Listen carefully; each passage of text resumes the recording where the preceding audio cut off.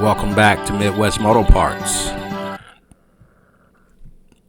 Today we've got a 1983 KLT200, a vintage three-wheeler that helped shape the early days of off-road machines.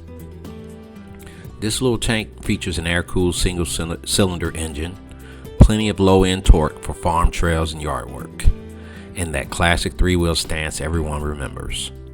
These are getting harder to find complete and are even harder to find with working original parts.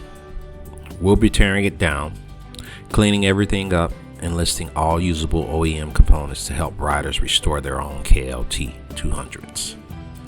Hit like for more vintage ATV content and check the link in the description to shop KLT200 parts. Midwest Moto Parts, rolling with slick. We ship worldwide.